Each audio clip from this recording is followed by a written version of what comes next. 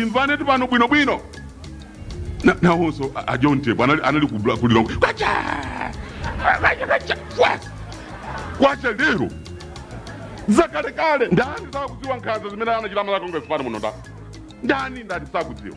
There is no way ife tingabwerere mbuyo ngakhale pang'ono osatheka ndi manene kawiri tungakhala atatenga dumu kutichita nkamwa sitingavotera Malawi Congress Party. John Tembo is a big crook.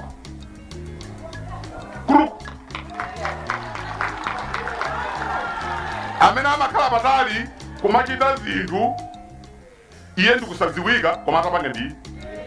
John Tembo is a big crook and is a criminal. Inu mukudziwa kuti Agadama anali mkhristu wa chikatolika akwakoma msomali pamutu anagwira corona yace. Atembo mukundipheranji pa chifukwa chani vantu folo nthawi imodzi kwa unjika ngalimoto ndukataye kumwanza ati galimoto achitenga tiachita ngozi. Inu lero angamatiuza lero pa radio kuti voterani kokoliko.